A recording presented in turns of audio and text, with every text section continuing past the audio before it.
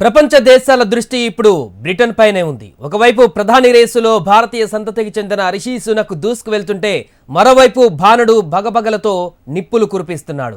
United Kingdom చరిత్రలో మునుపెన్నడూ లేని విధంగా శ్వేత జాతీయేతరులు ప్రధాని పదవి రేసులో ముందంజలో ఉండడం, మండుతున్న ఎండలకు రైల్వే పట్టాలపైన మంటలు పుట్టుకు వస్తున్నాయి.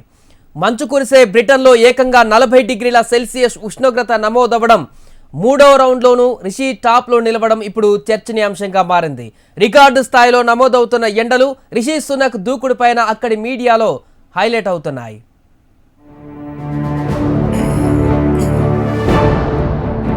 బ్రిటన్లో ఓవైపు ప్రధాని ఎన్నిక వేడి, మరోవైపు ఎండల మంటలు రాజుకుంటున్నాయి. శీతల ప్రాంతమైన బ్రిటన్లో ఏకంగా 40 డిగ్రీల సెల్సియస్ ఉష్ణోగ్రత నమోదవుతోంది. విపరీతమైన ఎండలకు బ్రిటిషర్లు అల్లాడిపోతున్నారు. సహారా ఎడారి కంటే దారుణమైన ఉష్ణోగ్రత నమోదవుతుండటంతో బ్రిటన్ ప్రభుత్వం రెడ్ అలర్ట్ ప్రకటించింది. ఎండల వేడిమికి గడ్డి భూములు అగ్నికాహుతవుతున్నాయి. వాహనాలకు నిప్పంటుకుంటోంది. బ్రిటన్ ప్రభుత్వం ఇప్పటికే పాఠశాలలకు సెలవులు ప్రకటించింది. ఎండల వేడిమి ఉక్కపోతను తట్టుకునేందుకు బ్రిటన్ ప్రజలు బీచ్లకు పరుగులు పెడుతున్నారు. విపరీతమైన వేడి కారణంగా ఇటీవల లండన్లోని రైల్వే ట్రాక్పై మంటలు చెలరేగాయి. తాజాగా ల్యూటాన్ ఎయిర్పోర్ట్లో రన్వే కుంగిపోయింది. విమానాల రాకపోకలు నిలిచిపోయాయి. దీంతో ప్రజలంతా గంటల తరబడి ఎయిర్పోర్ట్లోనే వెయిట్ చేయాల్సొచ్చింది. అంతేకాకుండా వుడ్ గ్రీన్ క్రౌన్ కోర్టులో ఏసీ యూనిట్ పేలిపోవడంతో మర్డర్ కేసు విచారణ వాయిదా పడింది.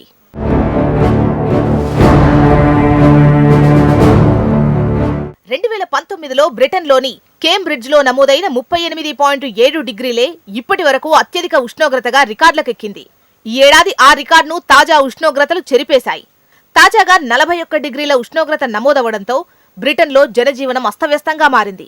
ప్రయాణాలు వాయిదా పడ్డాయి. కరెంటు కోతలు అధికమయ్యాయి. దీంతో పలువురికి యూకే ప్రభుత్వం వర్క్ ఫ్రం హోం కేటాయించింది. మరో 2 రోజులు ఎండలు ఇలాగే ఉంటాయని చెబుతున్నారు. అత్యధిక ఉష్ణోగ్రతల నేపథ్యంలో ప్రజలు అప్రమత్తంగా ఉండాలని వైద్యులు సూచిస్తున్నారు. అయితే అత్యధిక ఉష్ణోగ్రతలకు కారణం వాతావరణంలోని మార్పులే అని నిపుణులు చెబుతున్నారు. స్పెయిన్, ఫ్రాన్స్, పోర్చుగల్, గ్రీస్లో ఎండలకు వేలాది ఎకరాల్లో అడవులు బూడిదపాలయ్యాయి.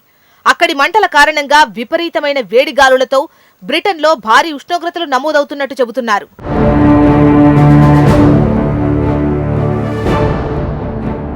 ఎండల తీరు ఇలా ఉంటే బ్రిటిష్ రాజకీయాలు కూడా వేడి పుట్టిస్తున్నాయి. బ్రిటన్ ప్రధాని ఎన్నికపై ప్రపంచ దేశాలు ఆసక్తిగా గమనిస్తున్నాయి. యూకే చరిత్రలోనే తొలిసారి భారత సంతతికి చెందిన రిషి సునక్ ప్రధాని పీఠం రేసులో ముందంజలో ఉన్నారు. ఇప్పటి వరకు ప్రధాని ఎన్నికకు జరిగిన 3 రౌండ్ల ఓటింగ్లోనూ రిషి సునక్ దూకుడు ప్రదర్శిస్తున్నారు. 3వ రౌండ్ ఓటింగ్లో 5 అభ్యర్థులు పోటీ పడ్డారు. ఇందులో 115 ఓట్లతో రిషి సునక్ అగ్రస్థానంలో నిలిచారు. ఆయన తరువాత 82 ఓట్లతో వాణిజ్య శాఖ మంత్రి పెన్నీ మోర్డాంట్ 2వ స్థానంలో నిలవగా, విదేశాంగ మంత్రి లిజ్ ట్రస్ 71 ఓట్లతో 3వ స్థానంలో, కెమీ బెడినోచ్ 58 ఓట్లతో 4వ స్థానంలో నిలిచారు. 31 ఓట్లతో 5వ స్థానంలో నిలిచిన విదేశాంగ శాఖ కమిటీ చైర్మన్ టామ్ తుగదాట్ పోటీ నుంచి నిష్క్రమించారు. తాజాగా 4వ విడత 21న 5వ విడతతో బరిలో కేవలం 2 నిలవనున్నారు.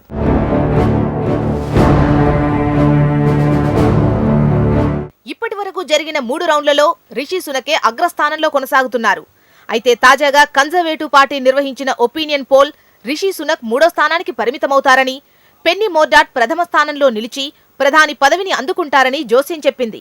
మరోవైపు తాను పదవి నుంచి దిగిపోవడానికి రిషినే కారణమంటూ బోరిస్ జాన్సన్ రగిలిపోతున్నారు. రిషికి వ్యతిరేకంగా ప్రచారం చేస్తున్నారని తెలుస్తోంది. అయితే కన్జర్వేటివ్ పోల్స్ బోరిస్ జాన్సన్ వ్యతిరేక ప్రచారాన్ని చిత్తు చేస్తూ అత్యధిక మంది ఎంపీల మద్దతుతో రిషి దూసుకెళ్తున్నారు.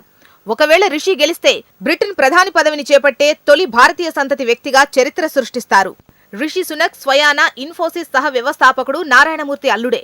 నారాయణమూర్తి సుధామూర్తి కూతురు అక్షతామూర్తిని రిషి వివాహం చేసుకున్నాడు. ఈ నేపథ్యంలో బ్రిటన్ ప్రధాని ఎన్నికపై కోట్లాది మంది భారతీయులు ఆసక్తిగా గమనిస్తున్నారు.